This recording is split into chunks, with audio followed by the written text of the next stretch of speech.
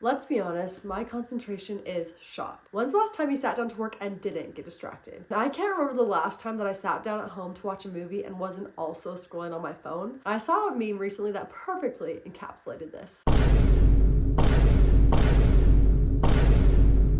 Sound familiar? Don't worry, you're not alone. In fact, studies have shown that our attention span is shrinking, and it's not just because we're bad at focusing. There are real factors at play that are sabotaging our ability to stay focused and engaged. So in today's video, we're going to talk about why we can't focus anymore, and more importantly, how we can fix our attention spans.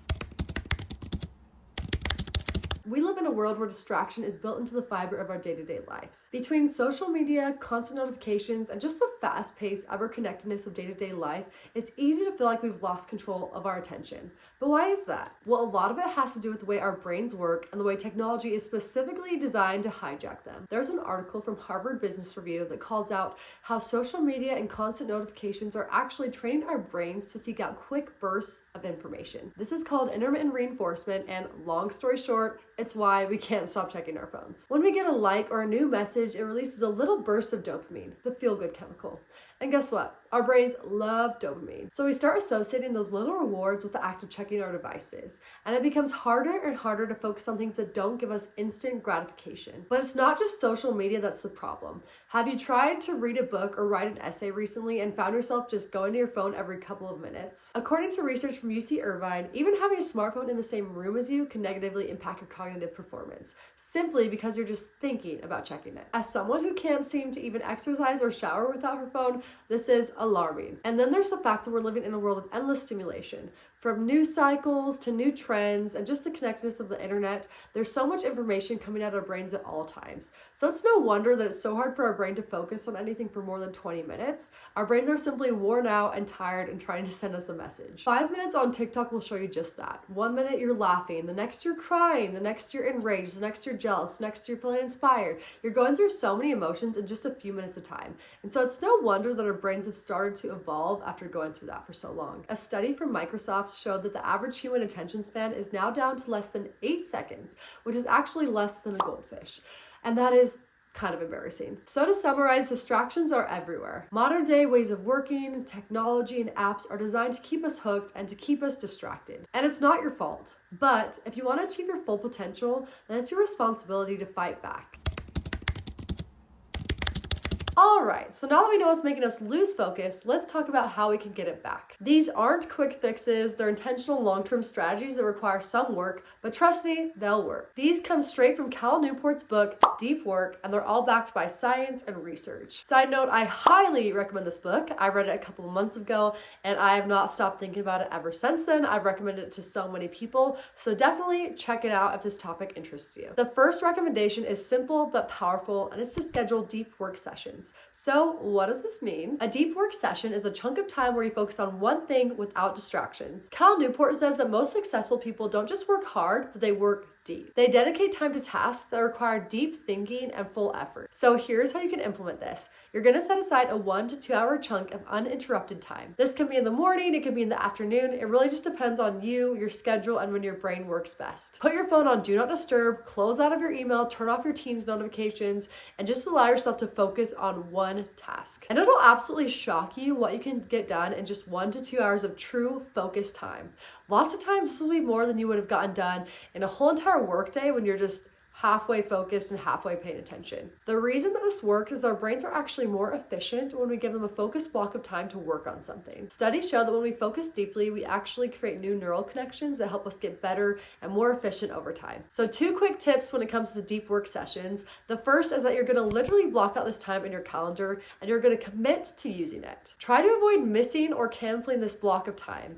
And if possible, let your coworkers know that's what you're doing and ask that they don't interrupt you. Second, it's okay to start small. You don't have to jump straight to a 2-hour deep work session. It's okay to just start with a 30-minute session. Even this small amount of focused time will train your brain and let you start to work better and deeper. So if you're serious about boosting your attention span, try to commit to doing at least a portion of deep work every single day.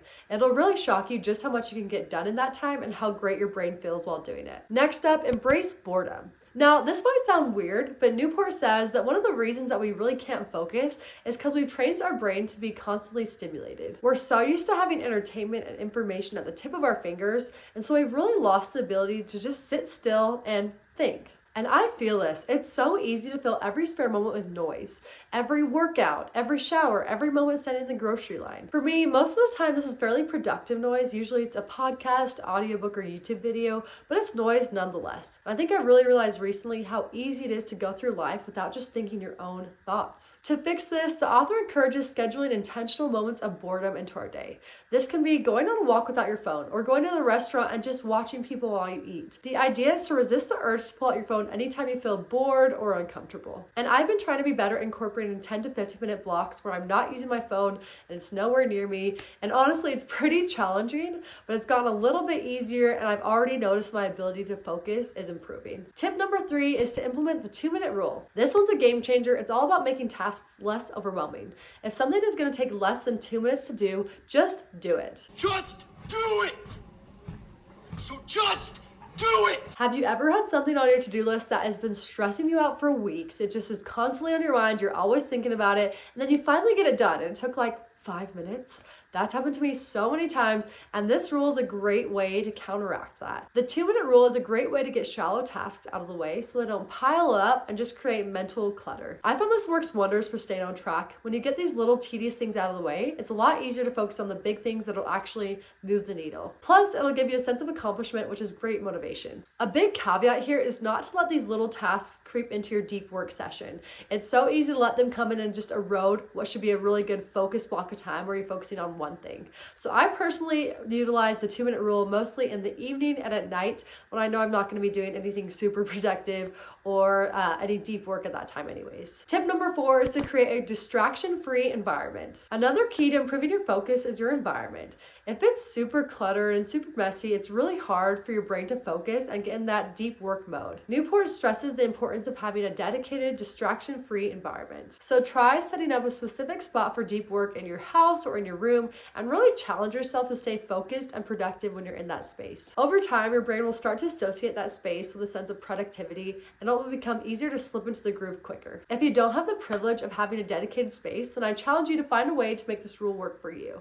If you're a student and have tons of roommates back at home, then maybe your distraction-free environment is the library where people are not on their phones, they're focused, and you can get work done. Or if you're at work and it's really loud and crowded around you, then maybe your version of a distraction-free environment is when you put on your headphones, you know that you're going to be focused and really get a lot of work done. Creating an environment of success looks different for everyone, so make this rule work for you. So there you have it. If you feel like your attention span is a lost cause, just know it's not you. It's honestly our current state and the current world around us. But by intentionally scheduling deep work, minimizing distractions, creating good systems, you'll find a way to fix your attention span. And some of your best work is yet to come. If you found any of these tips helpful, I highly recommend you check out the book Deep Work by Cal Newport.